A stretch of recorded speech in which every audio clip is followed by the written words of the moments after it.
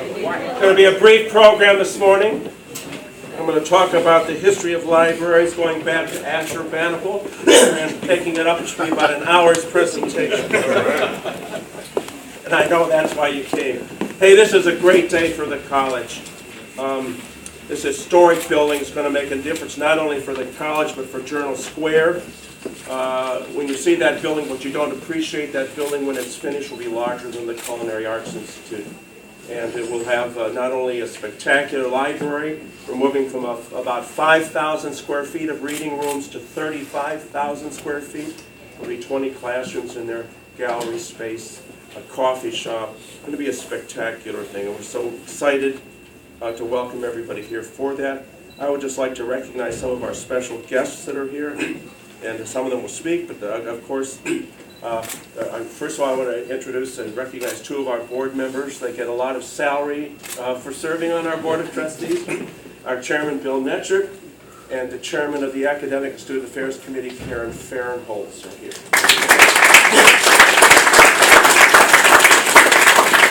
And of course, speaking a little bit, our sponsor, Tom DeGise, and Chairman of the Board of Chosen Freeholders, Anthony Romano, and New Jersey City Councilman Peter Brennan has arrived. Welcome, thank you for coming.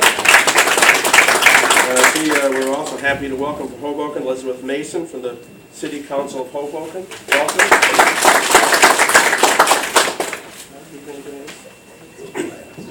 Oh, Bill Gorham from the Jersey City Council. Good friend and partner in crime, Bill Gorham. Billy is catching. Thank you, Buck. And with that,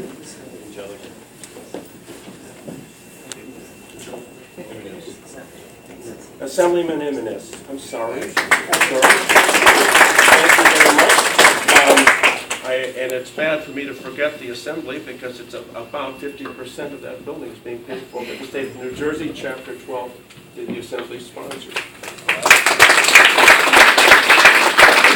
So without further ado, I'd like to introduce the Chairman of the Board of Trustees, Bill Netcher. Thank you, Glenn, and good morning, and welcome again to another exciting step in the long road to this college is becoming the greatest community college in New Jersey, maybe even in the metropolitan area. The Brothers in Labor are here. We're friends of the Brothers in Labor. And my friend Tom DeGise is here. And my friend Anthony Romano is here. And Dr. Gabert alluded to it before. And Karen, come up here. Because you know my policy is when I speak for the board, I speak for the board. I'm given the opportunity and I have the pleasure of using my voice and my mouth. But we all do what we do and we do it together. And that brings me to where I was headed. This is a team effort, a team of dedicated trustees, a team of Dr. Gabert and his administration and his staff, a team of dedicated faculty who work for far less than they're entitled to or deserve, and they work for what we can afford to pay them at this time.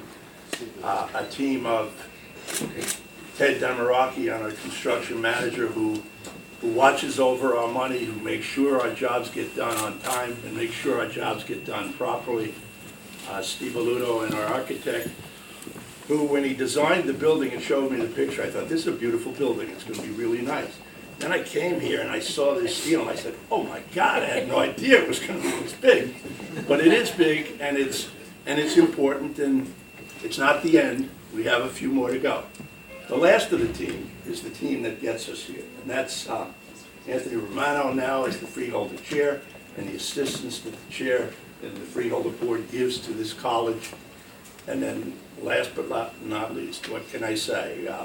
My friend Tom DeGise, who's my friend before he's my county executive, recognizes, I think, the importance of education. I'll be honest and say that I did not, until I was given the privilege of serving on this board, understand the importance of community college education to the success of this community, to the success of this state, and to the success of this country. Tom, as an educator, understood that from day one. Every time I've asked him, he said no, and then given me the money anyway. And so it's my pleasure to introduce to you my friend, the educator, the county executive, Tom DeGise. What a nice introduction. And another opening, another show here. You know, what a great day. I was thinking here on my way here today, how many times since I've been county executive, and that's about 10 years now, have I come to a groundbreaking, a topping off, or and most special, of course, is the ribbon cuttings with Dr. Gabert and his staff and Billy Netchett. And I need my toes as well as my fingers at this point to count them, and I think that's a wonderful thing. And this is a wonderful morning. Who could ask for more? The Mets won, the Yankees lost. We're topping off the building across the street. You know, it's been said in many cases that nations are judged by their libraries and by the quality of their libraries and the availability of education to their people. Certainly universities are judged also by their libraries. Libraries aren't what they used to be with the Dewey Decimal System and stuff like that. You know, I know it's well beyond my comprehension now and well beyond my ability, my technological ability to do that. But I think it's so important for our young people to have access to what is going on across the street. This is going to be part of their learning experience going through this century and this millennium, and you know, the community college has been right on top of it. You know, we're very proud of the investment here in this neighborhood in Jersey City, the hub of all of Hudson County here. You know, you've been hearing a lot of talk over the last couple of decades about the rebirth of Journal Square. The only people that are really putting money and sweat and blood into Journal Square has been the Hudson County Community College. And we're very, very proud. And we're waiting for everybody to catch up to us so that a lot of the gaps in the teeth around here are filled in. And that will happen. And that's going to happen in Journal Square. And we could say that we were there first. You know, with the help of the Freeholder Board, you know, Dr. Gabert said 50% was paid by the Assembly, you know, to Angelica. The other 50% is ours. And this is an investment. This is an investment in our future. This is an investment in our youth. Billy mentioned it just briefly in the thing. I didn't realize really how important community colleges are to the educational process. And as the economy has changed over the last 5 to 10 years, they've become more and more important, where many families, this is what they can afford to do, even with a struggle and sacrifice. This is what they can have.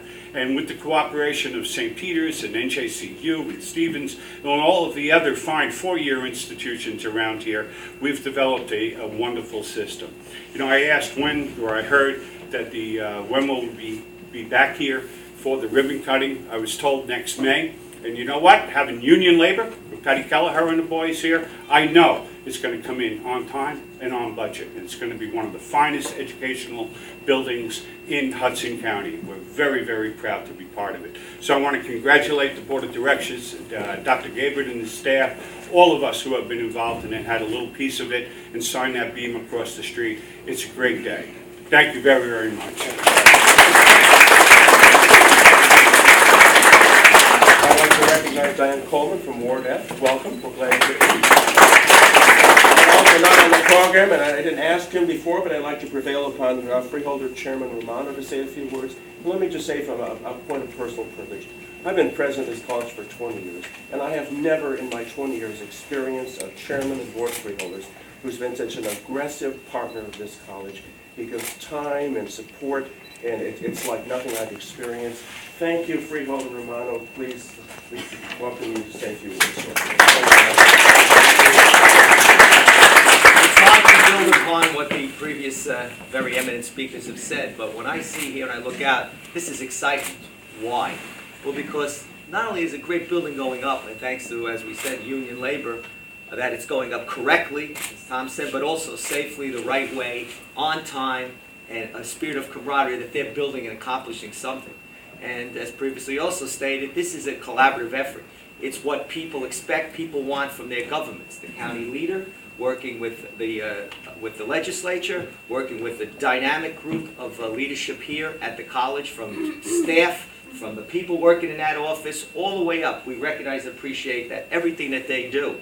So, and also it's a benefit to the different cities. For example, we have Hoboken here, Jersey City. They're recipients of what the greatness of this college. And it takes that kind of effort. It's what, again, I have to emphasize, what people expect from us. There's great leadership here at this college. The meetings that I attended, they're always energetic and dynamic. Dr. Friedman, Dr. Pando, Vice President Mercado. It's a group effort, and that needs to be emphasized in these times when everybody seems to be so divided into so many different ways. So again, I am honored and proud to be part of this great collaboration, and I learned from such great mentors. And again, thank you to the State Assembly for what you do, Angelica and your partners, and Jason and all others that are involved. And again, let's everybody enjoy. God bless this school, God bless this county, God bless this great country. Thank you. Now, a photo op activity across the street for those of you who care to go there. And pictures, I'm sure, that'll make the New York Times in the morning. And back in their room, right out there, there's coffee and rolls. And I was up at 5 o'clock this morning with staff making those donuts.